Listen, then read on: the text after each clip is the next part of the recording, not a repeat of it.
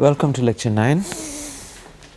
So today we will define semantics of expressions of PL0. We will take a subset and look at it in some detail before we go on to other things. So let me also briefly recapitulate the notion of transition systems and so on, which we are going to use for this.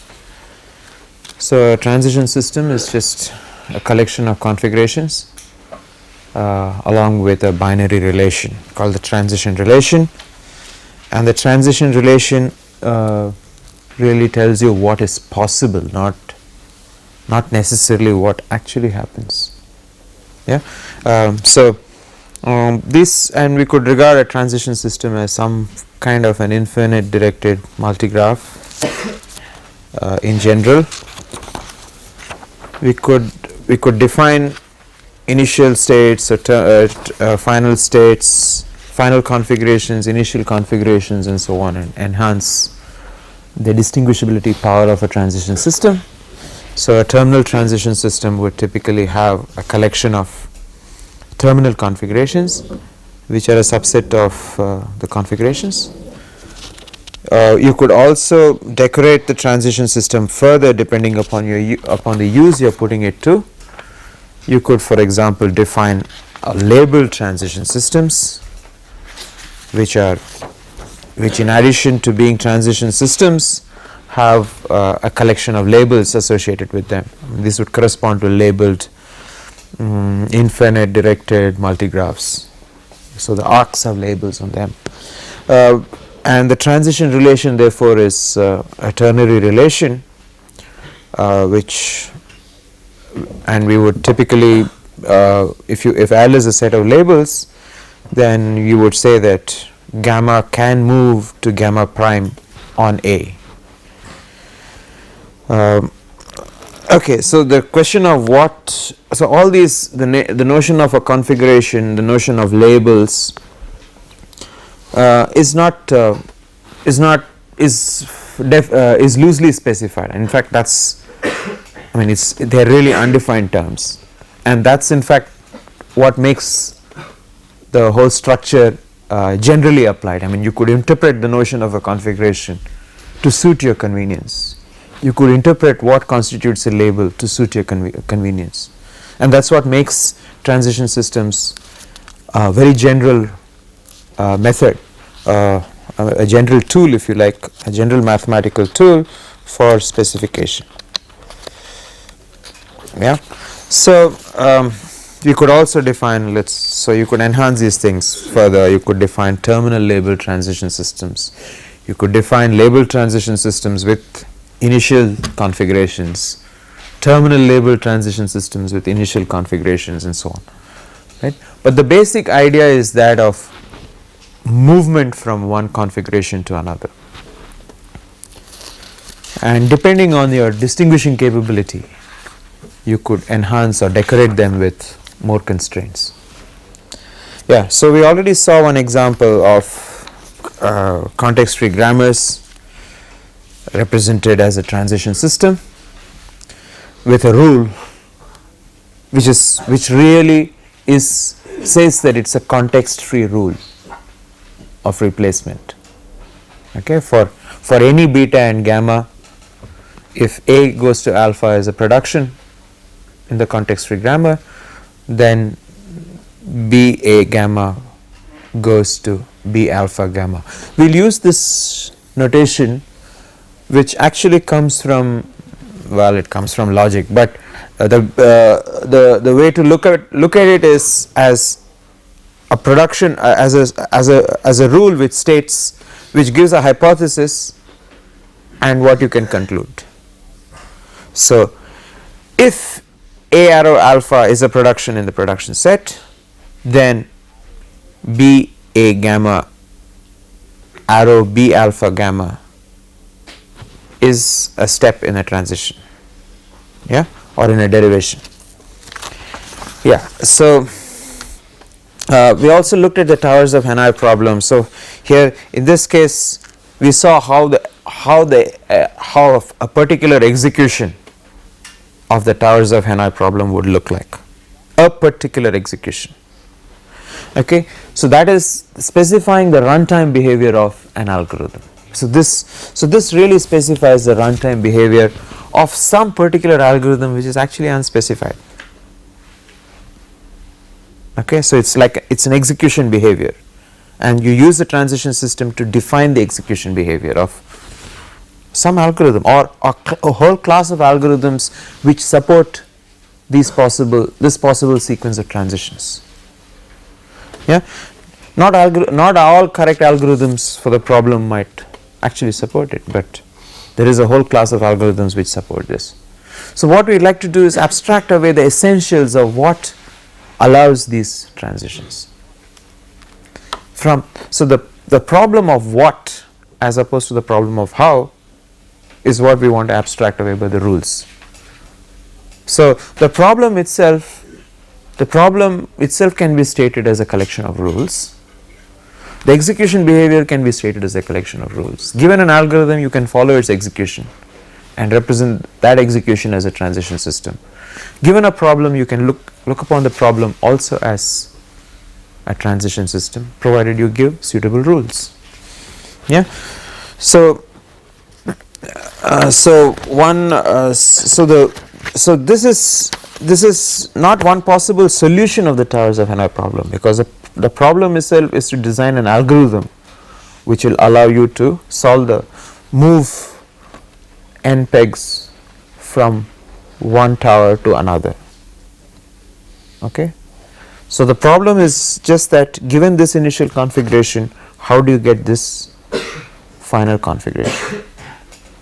And it's not, and this is just one possible solution, one possible execution of of a few algorithms, right? So the actual rules themselves of the problem, which again do not constitute an algorithm, they constitute a statement of the problem, is given by this, right? So which essentially say that you can move the peg on the top of a tower to an empty tower, to one of here there might be two towers might be empty, and so you could move the peg to either of them. Okay. Similarly, if the top of a tower, so if A is less than B and A and B are on different towers, then you could move A on top of B.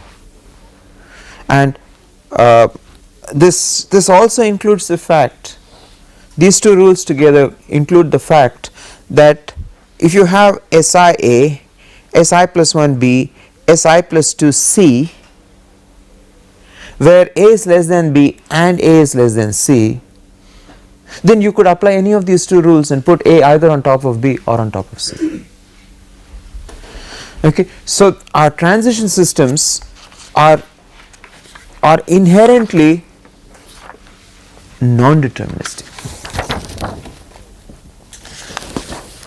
Okay, so and that's because the transition relation is really a relation and not a function. Okay, if it's a relation, then if it were a function, then the possibility of a configuration moving to two distinct configurations would not be allowed. But the main point is that many problem statements, if you notice, the execution that we have chosen is one possibility out of a variety of different possible executions. Okay, for a whole class of algorithms. And so as a result, and moreover, non-determinism, at least in a large part of computer science, is merely a form of underspecification. An underspecification in the sense that you are not extremely concerned sometimes about whether you pursue one path or another. Right? In the statement of the problem, it does not specify to you that from the tower I, a peg can be moved only to tower I plus 1, it cannot be moved to tower I plus 2. Nowhere in the problem is that stated, and it's never stated. So as a result, the problem statement itself is such that it is underspecified. So that it allows you a variety of possible solutions, and so non-determinism is an implicit fact of life in any kind of succinct problem definition. In many cases it is also a fact of life of the solution, because you are interested sometimes not in what order you perform certain things. So if I asked you to find all the prime factors of a number, then for example it does not matter if the number has several, I mean is say some 2 to the power of 4 multiplied by 3 to the power of 6, it really does not matter in what order you find the 4 2's and the 6 3's. So you could define a solution in which you find a first 2 and then you find a first 3, go back, find 2 more 2's and find 3 more 3's.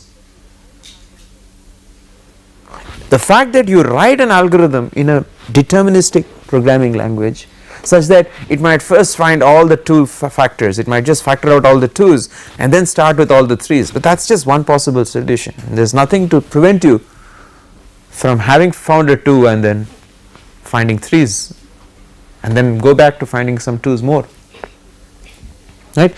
So even your solution space could be non-deterministic depending on the level of detail you want to put in. So non-determinism is an intrinsic fact of life both of problems and of classes of solutions for the problem. So the problem statement in the case of towers of Hanoi is clearly non-deterministic, right, because it allows the application of one of 2 possible rules at each go.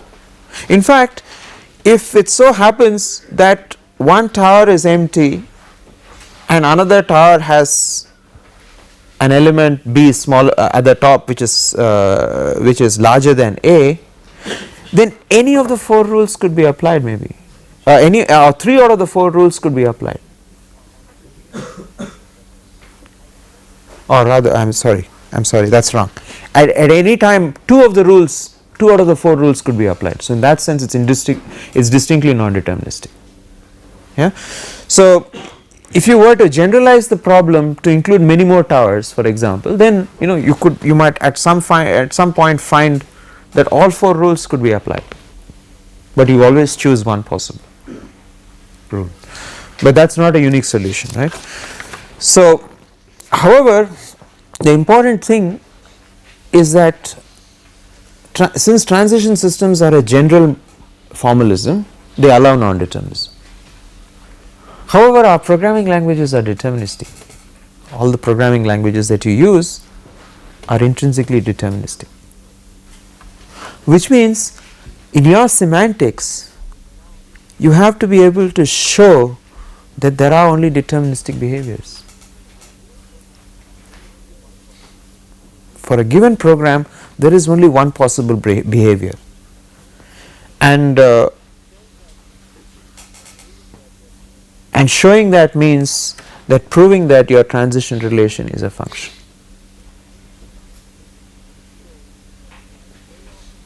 Okay, so and very often this is something that you will have to show by induction on the structure, because we are going to use the syntactic structure to a great extent. Yeah. The next important thing that I said was that whenever you specify rules, you specify what might be loosely termed positive rules and no negative rules. I mean, you never specify what cannot be done, what transitions are not possible. Whatever transitions are not possible is inferred by default. If you can prove that with the existing rules it is not possible to get a transition of this form, it is always inferred, it is not something that is specified. Okay. So you always specify what are, I mean, they are usually called positive rules. I mean, you don't specify what cannot happen, right. So now let's look at the expression language of PL0. Yeah. So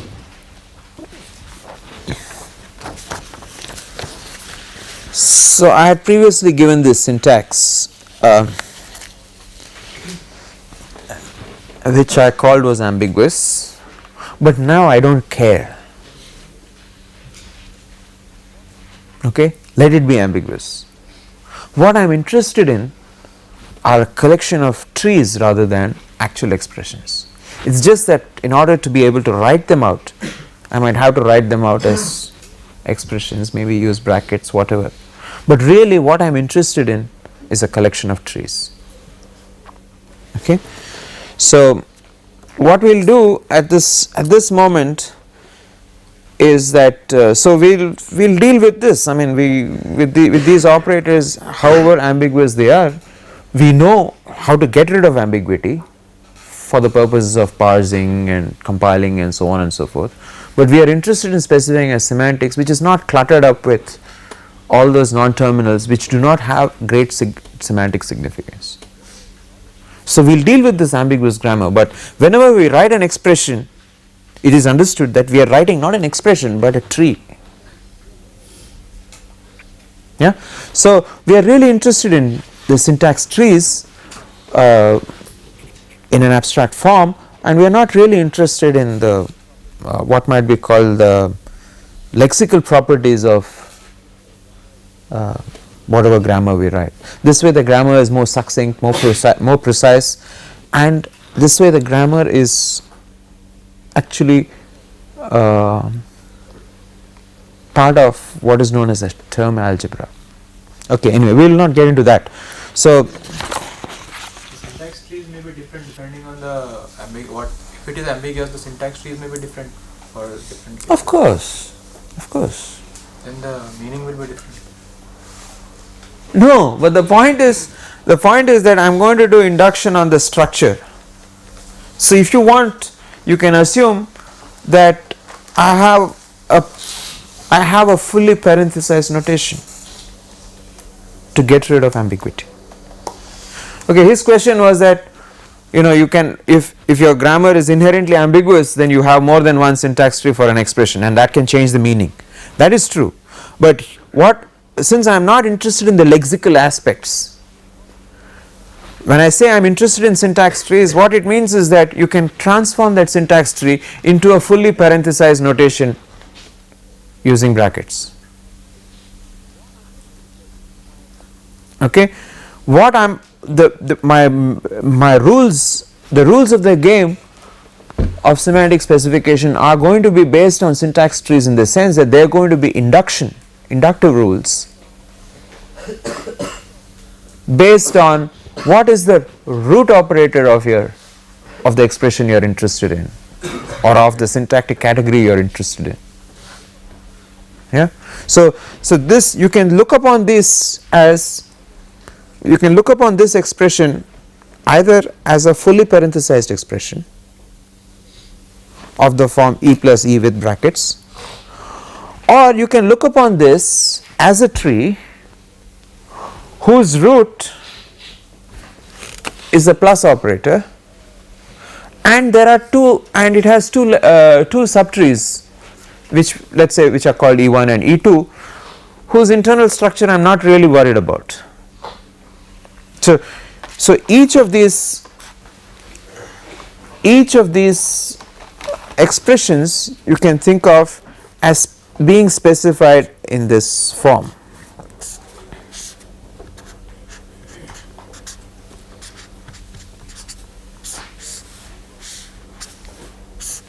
Where E1 and E2 themselves are trees whose actual structure I am not interested in. That is how you do induction on trees, right? You do an induction. How is a tree defined? A single node is a tree given two trees T1 and T2 and a node with some label on it. The tree formed by T1 as left subtree and T2 as right subtree with that node as a root is a tree. That's precisely what this is. Given E1 and E2 as trees with the plus operator as a root, you get a tree. So trees are defined inductively, and we look at the inductive structure of the trees and not at the actual lexical syntax. If you want to clarify the lexical syntax for yourself, you can look upon this as representing this expression.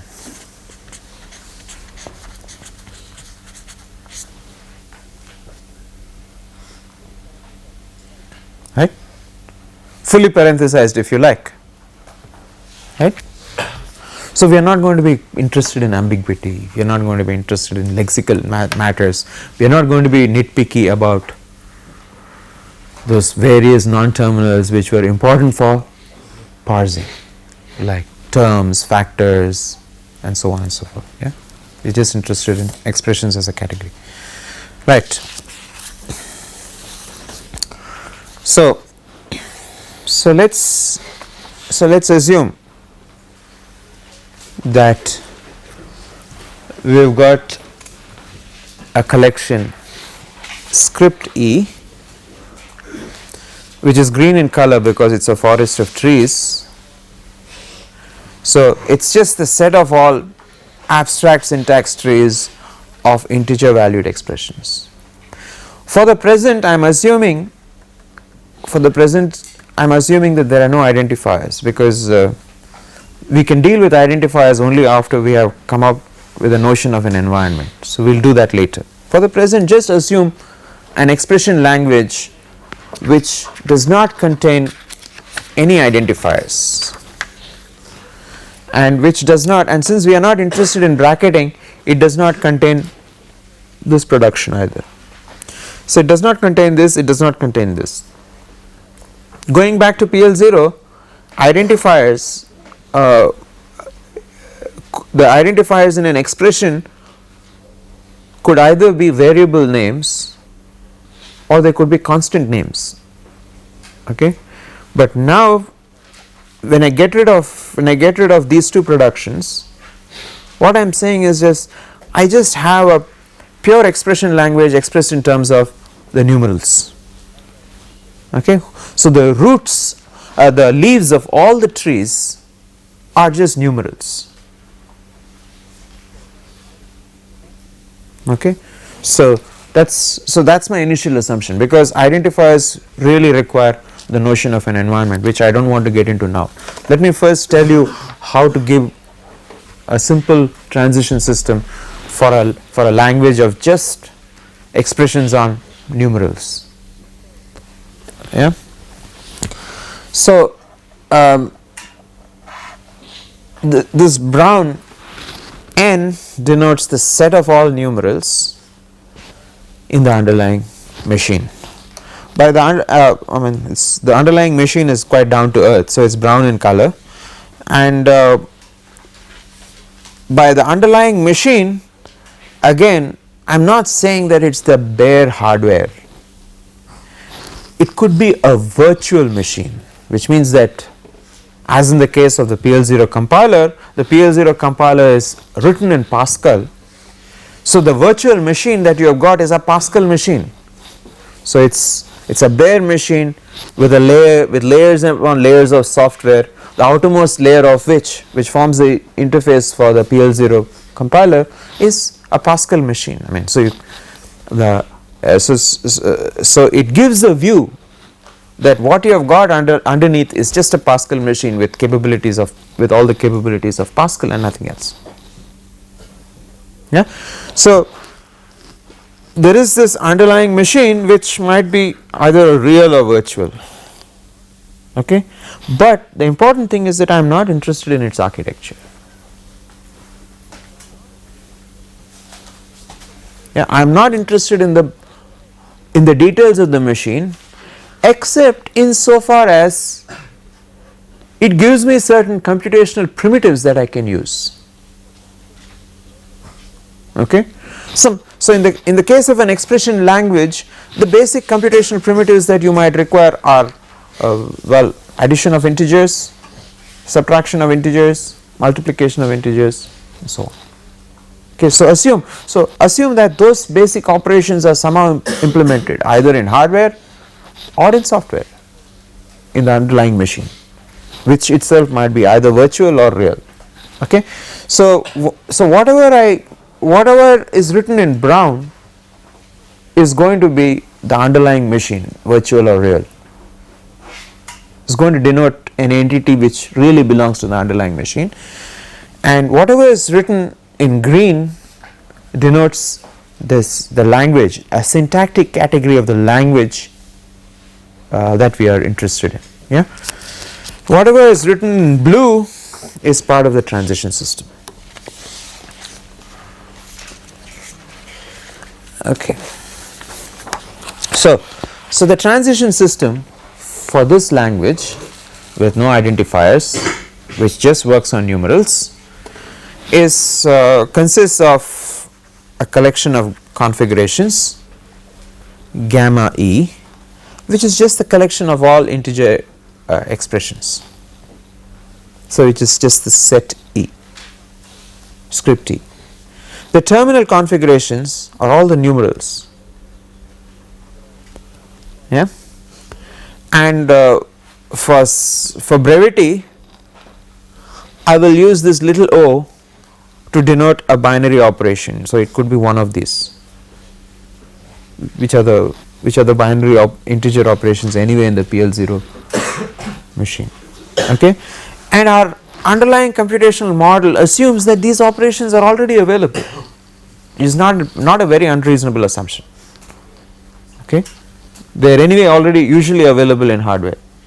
So I don't make any assumptions about the architecture except that I am assuming that the corresponding operations are already available in the underlying machine, and that greatly simplifies my transition system. If you want, what you could do is not assume that these operations are available in the underlying machine, but then you would go into greater detail about numeral representation, how addition is performed in terms of, I don't know, if you assume your numeral representation is purely binary, how is addition performed in terms of well, the Boolean operations and or and not. So you could assume an underlying computational model which just consists of the Boolean operations and essentially give us minimal specification of what an addition algorithm, of how an addition algorithm is implemented using those Boolean operations. Well, but then that is something you could do in your architecture or organization course. Yeah, but at this moment I am not interested in that. I mean, I would like to keep things simple for one thing, and it is not unreasonable to assume that these basic operations are already available in the machine. And so the basic operations that are already available in the machine will be represented in brown. So in particular, for example, I might make a statement like this. So this plus belongs to the language of expressions that we are interested in, that is why it is green. This plus is the operation in the underlying hardware. So it might either be implemented directly in hardware, firmware or software.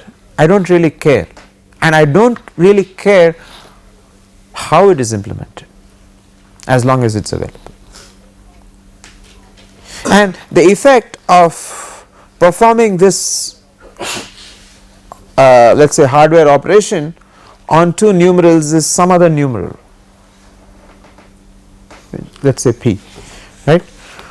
So then this is this transition is something that acts as the basis for the specification of your transition system. You could go further and not assume this and further specify how each of these operations is to be implemented. Okay. So as I said, a transition system method you can go into great detail about everything. You can also perform abstractions. Here we are performing an abstraction with this assumption. Yeah. So the rules, so there are just 3 rules, well not really 3 rules. So the basis rule is that assuming that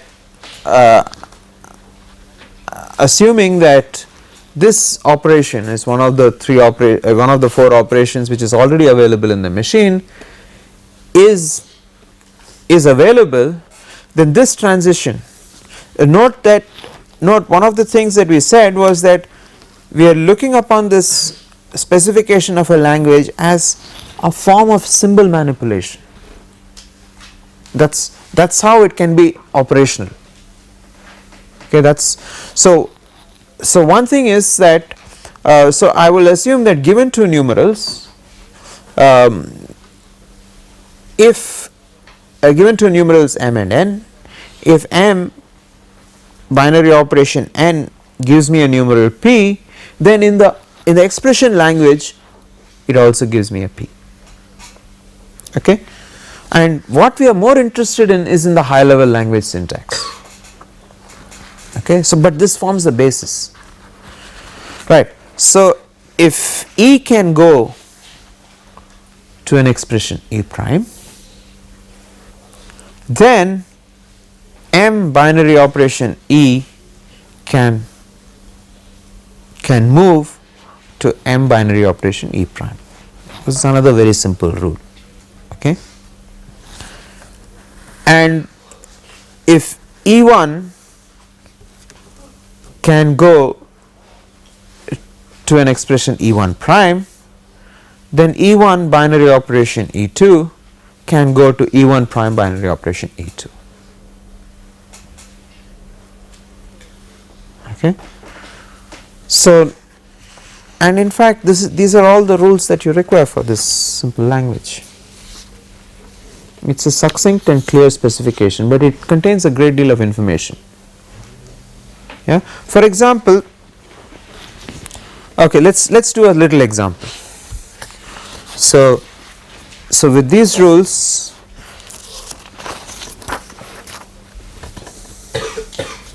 so consider this expression which has to be evaluated.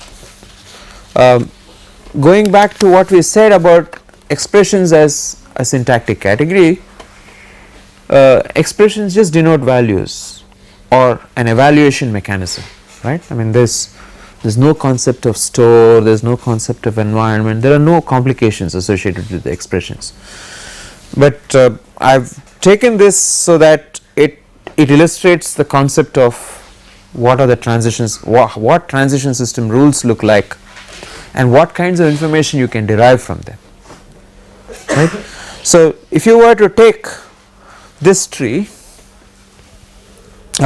so what happens is that I can derive, so from here this moves by a purely tree manipulation process to this tree, which is essentially that this 2 plus 3 has been evaluated and this subtree has been replaced by this node, right?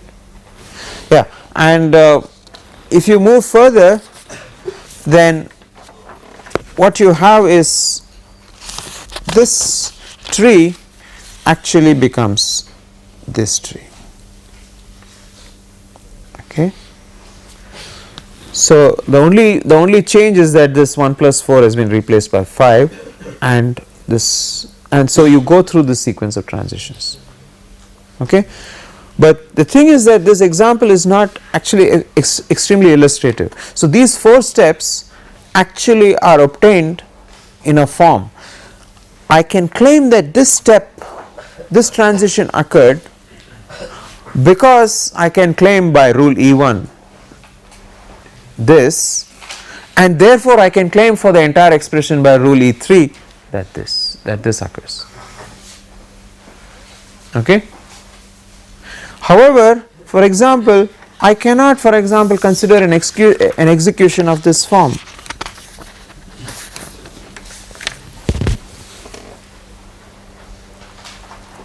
This is absolutely faulty. Yeah. And why is this faulty?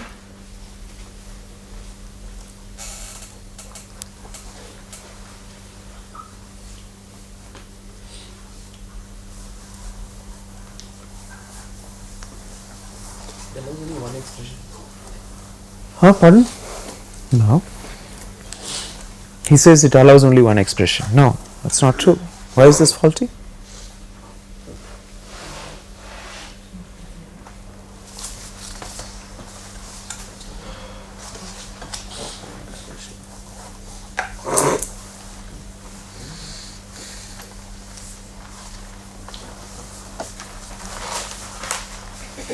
The operator is 1 plus 4 is not an expression all by itself. It has 5 minus 1 plus 4. No, 1 plus 4 is an expression by itself. But it is combined with 5. so the two expressions must be disjoint and then there must be the operator must be No, The operation is minus and we are doing No. it with respect to multiplication. This O is minus, should be minus because 1 plus 4 is the expression which is going to 5. but why should this O that you are referring to be minus? Why can't it be star? Because 1 plus 4 is going because to they are 5. 1 plus 4 E1 is the- 1 plus 4. Yeah. Uh-huh. I mean E2. So Okay, So E1 and E2 must be disjoint and connected with a, sure. but that is not so. It's doing mixed up.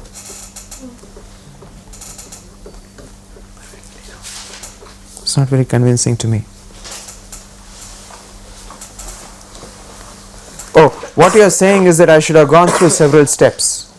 But that Okay, what you are saying is that my first step should have been 1 plus 4 goes to 5, 5 minus 1 plus 4 goes to 5 minus 5, and 2, therefore 2 plus 3 star 5 minus 1 plus 4 goes to 2 plus 3 star 5 minus 5. Is it just that a step is missing in between, or is there something else?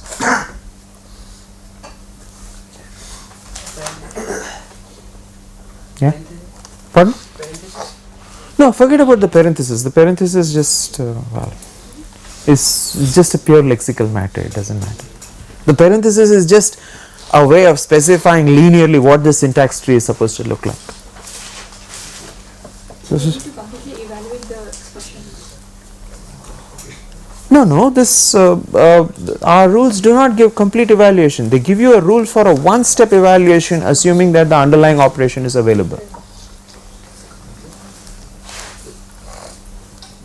Like we are changing the expression on the right hand side, then the left hand side one should not be an expression, it should be a single item according to our rule. Absolutely correct. So what he said was, if you look at the rules,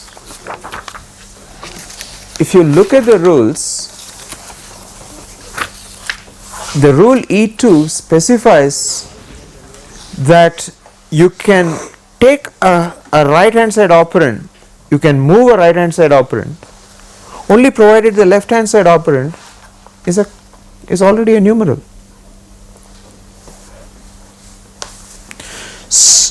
The rule E3 does not specify, for example, that you can take E2 to E2 prime and therefore you can infer E1 binary operation E2 goes to E1 binary operation E2 prime.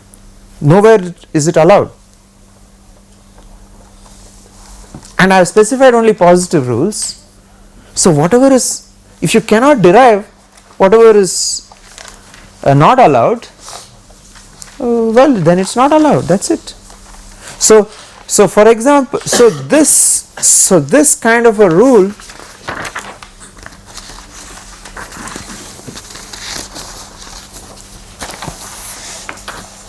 okay, so a rule like E6 is essential if you want to be able to perform that kind of reasoning. So the faulty reasoning that I showed can be rectified if you add this rule E6, which allows a right subtree to perform a transition in a whole expression, right? But supposing you allowed rule E6, okay, Then what is the problem?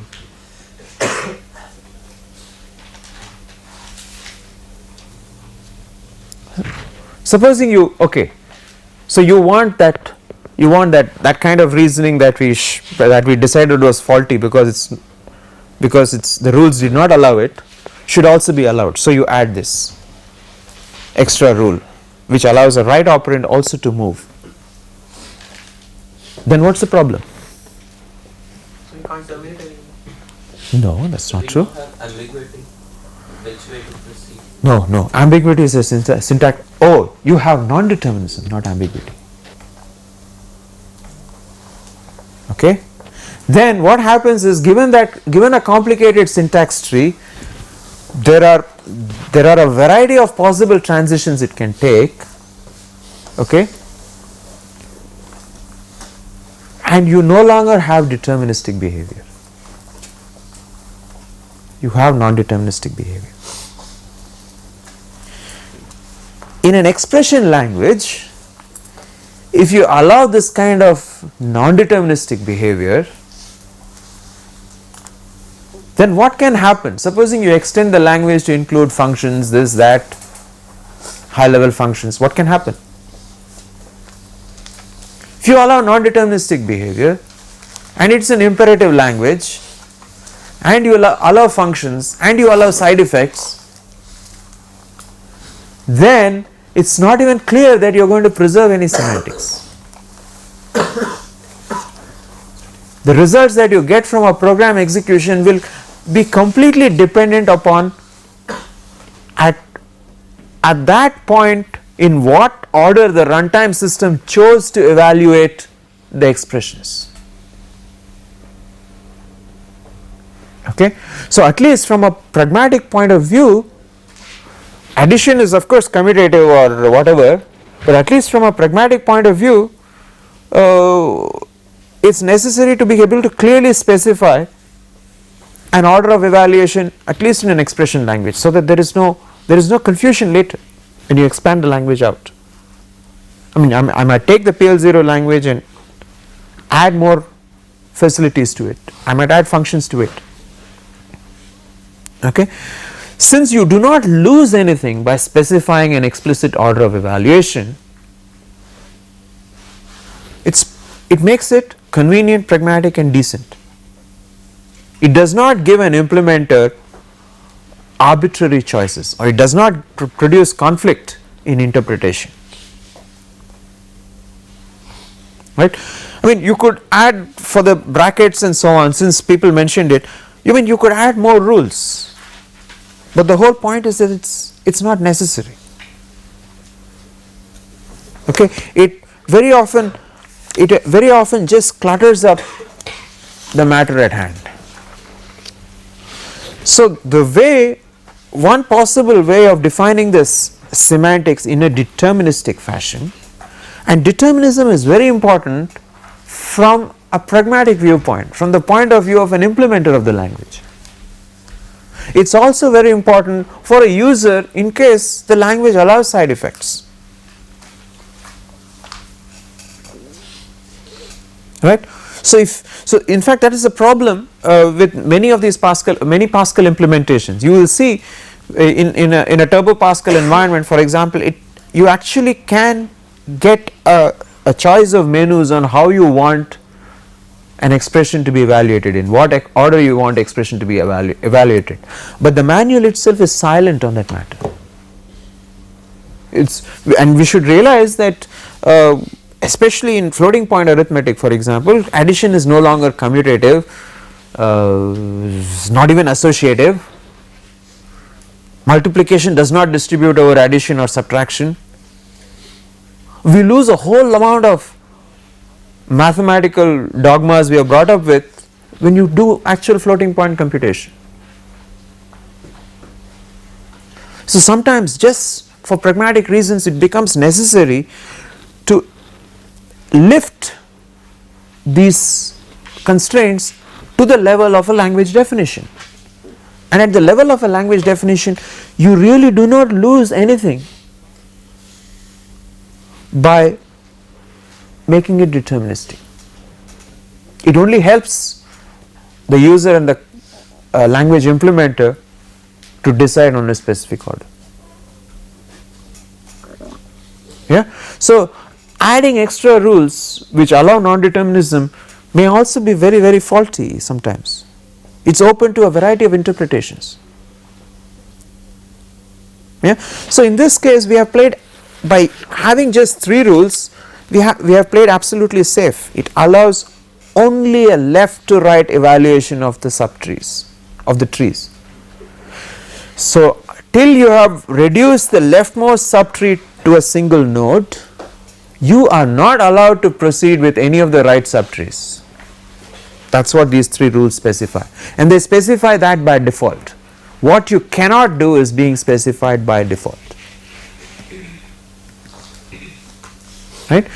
So when you add a rule like E6, then you allow also simultaneous for example evaluations or independent evaluations of right subtrees, but these things but adding such rules in order to presumably give more power to your transition system may not be though well intentioned, might actually lead to flaws in the semantics of the language, flaws in implementation.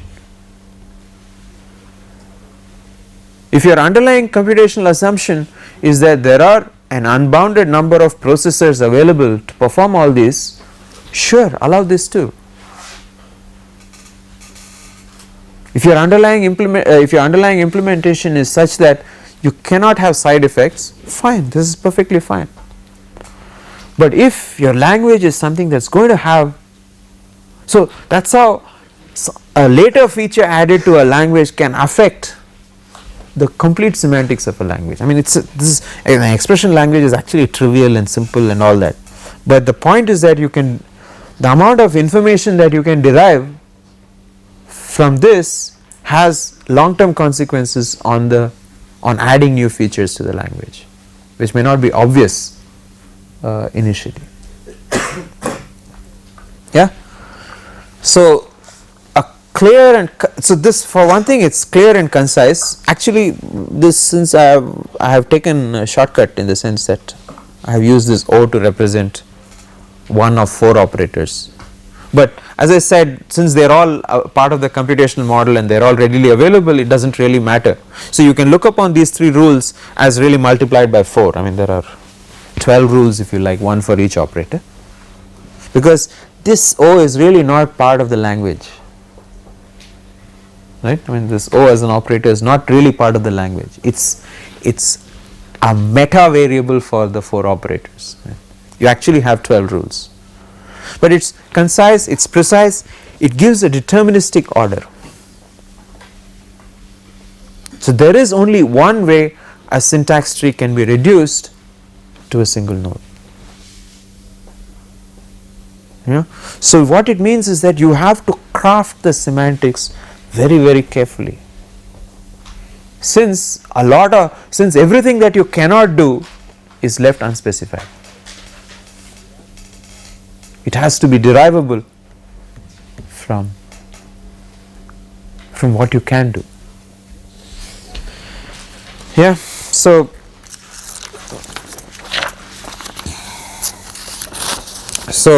now you can see that you can have a lot of trouble just crafting a few rules.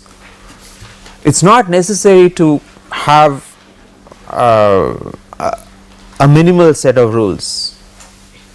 Just to play safe, you might add more rules, but then the consequences of that should be first realized. I mean, what does it allow a kind of non-determinism? Is that non-determinism something you want? You might want it. I mean, if I'm designing this expression, the semantics of this expression language as part of an implementation for a machine like the Param with 64 processors or some hypercube, I might actually want that non-determinism.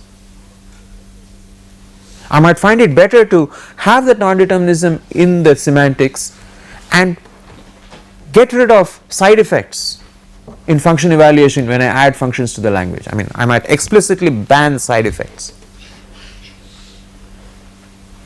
okay, in the larger interests of program clarity, whatever. But whatever decision I take, I have to be absolutely clear. If there is some non-determinism, do I want it?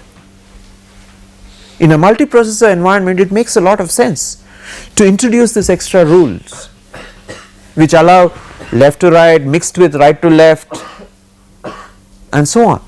But if your pragmatics is such that whatever you do for the multiprocessor machine should also be applicable for a uniprocessor machine in case you wanted to port the language. If your long term view is of that kind, then you better think in terms of what are the constraints, therefore that then you better really worry about whether you want that non-determinism. Will having that non-determinism actually create problems, create more problems, or will it solve more problems? I mean, that's, it could work either way. Yeah. So we will very often we will just take an implicit assumption that we want everything to be also implemented for a simple uniprocessor. But nowhere in the rules do we actually specify these things. In that sense, we are totally abstracted away from the machine, except for the basic underlying computational model. Okay. So and it requires a really simple transition system, which seems so trivial, to actually drive home this important point: the difference between determinism and non-determinism, the difference between the desirabilities and the undesirabilities of the two things, the difference of how you should craft rules so that what you want, what you desire most actually is made specific in the rules. What you do not desire is also somehow derivable from the rules, right? So writing semantics is no joke, even for trivial things. It's quite hard. I mean, which is one of the reasons why it takes so much time even to write a few rules. Yeah. Okay, so we'll continue with declarations and commands of PL0 next time. Thank you.